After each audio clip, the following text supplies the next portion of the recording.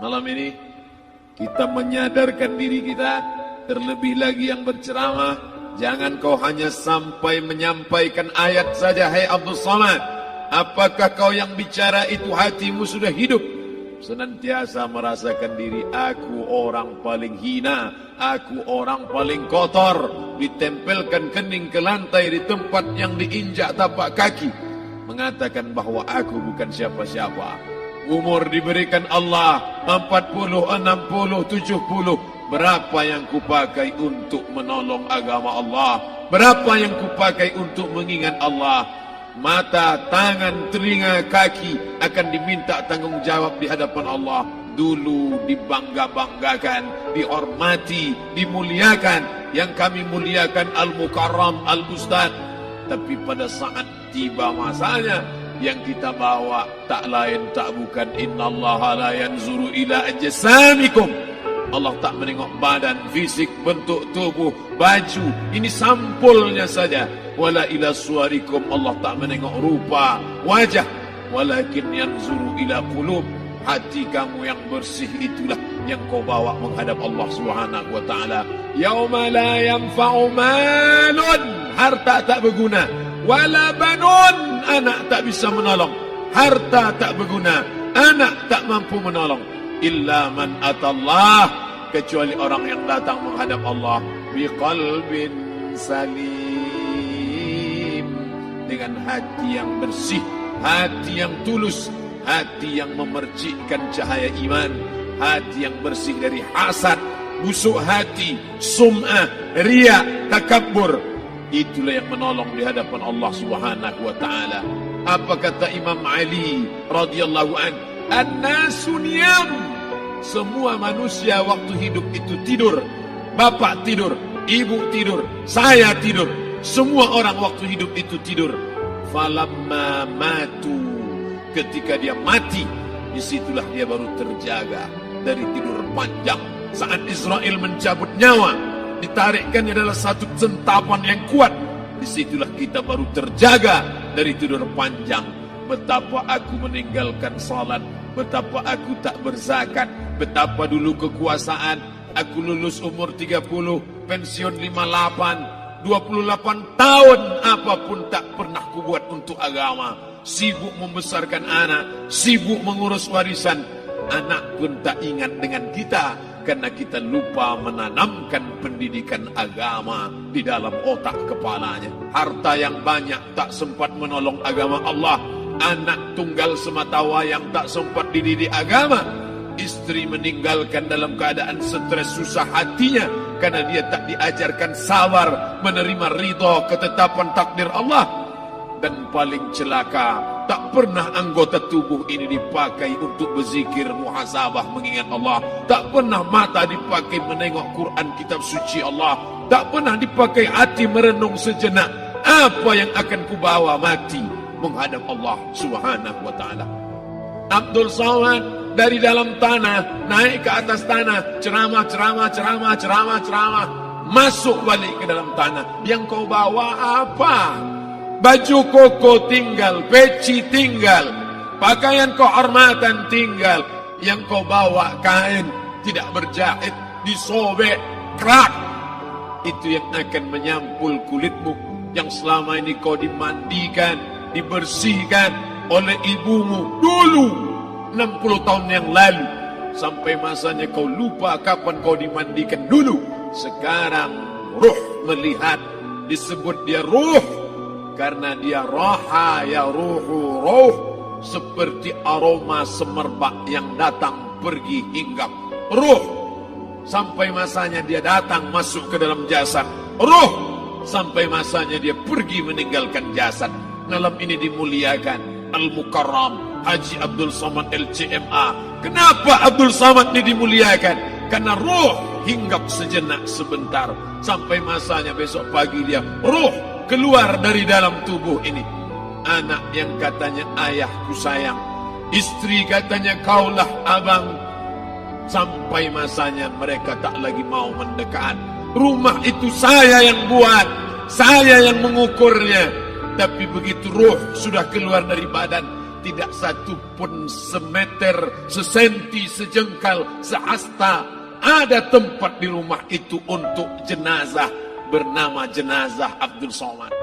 Mana kawan, sahabat, andai tolan, anak menantu, teman sekantor, semuanya pergi meninggalkan.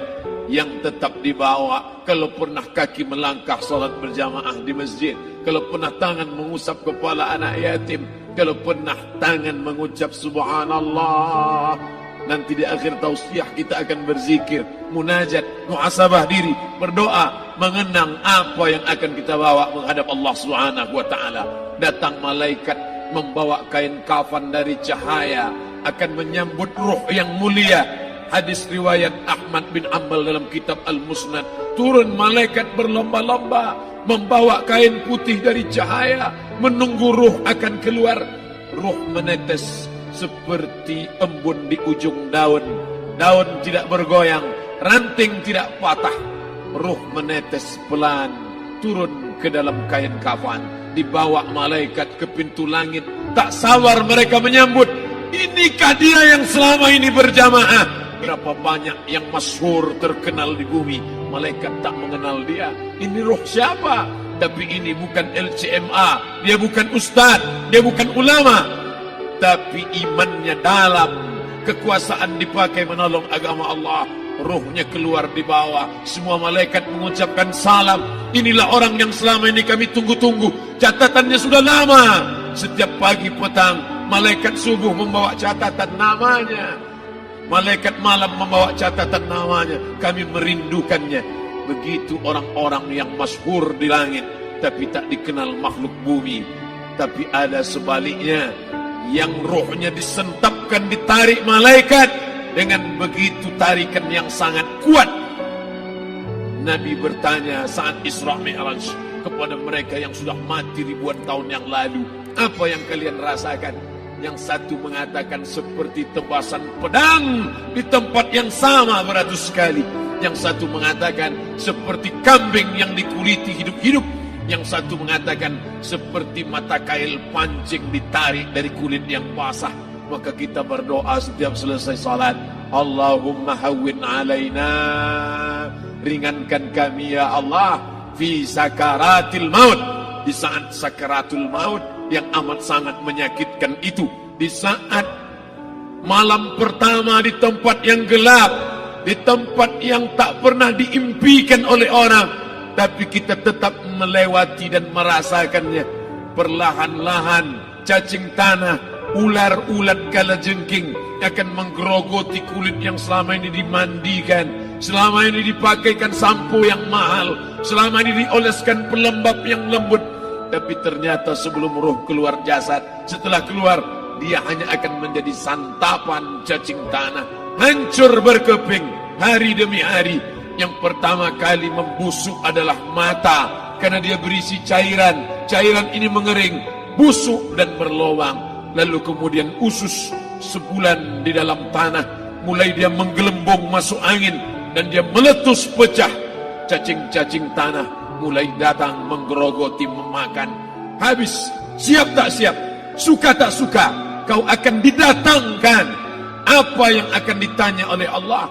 Perbuatanmu, amalmu. Faman ya'mal mithqala dzarratin khairan yarah. Sebesar biji sawi, sebesar ujung rambut, kau aniaya orang, kau makan titik puluh keringatnya. U'tul ajira ajrahu, berikan upah pekerjamu, gaji tukang panenmu, gaji tukang cuci setrikamu. Kau makan, kau tahan 3 bulan.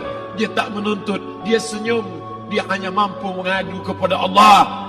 Tapi titik peluhnya yang keringatnya, air matanya akan kau balas di hadapan Allah Subhanahu wa taala. Di saat itu tak ada siapa bisa menolong. Hari ini uangmu banyak, kau bayar pengacara handal 1 jam 100 juta, bebas tanpa syarat. Tapi di hadapan Allah semua akan bersaksi. Al-yawma nakhtimu ala, lidah yang selama ini pandai bicara dikunci, ditutup Allah taala yang akan bicara. Wa tukallimuna aydihim wa tashhadu arjuluhum, kaki akan bersaksi, tangan akan bicara. Bima kanu yaksibun, yang pernah dilakukan di masa yang lalu. Mata melihat seolah-olah nyata perbuatan itu pernah dilakukan dulu. Kita lupa, kita tak ingat. Tapi catatan malaikat terlalu terang benderang. Wa in kullun lamma jami'un ladaina muhdarun. Catatan dibaca sampai-sampai orang itu tak percaya. Ma li hadzal kitab, kenapa buku catatan saya ini la yughadiru saghiratan, yang kecil-kecil, wala kabiratan, yang besar-besar, ahsaha, semua tercatat dalam buku catatan yang nyata. Dalam surat Al-Isra apa kata Allah? Iqra. Hari ini kalau dikatakan Iqra baca Quran, Iqra baca Yasin, malam Jumat Iqra baca surat Al-Kahfi. Tapi sampai hari itu Yasin tak bermakna, Al-Kahfi tak lagi disuruh baca, karena hidup sudah berakhir. Iqra, baca. Apa yang kau baca? Kafa binafsika al-yawma 'alaika hasiba.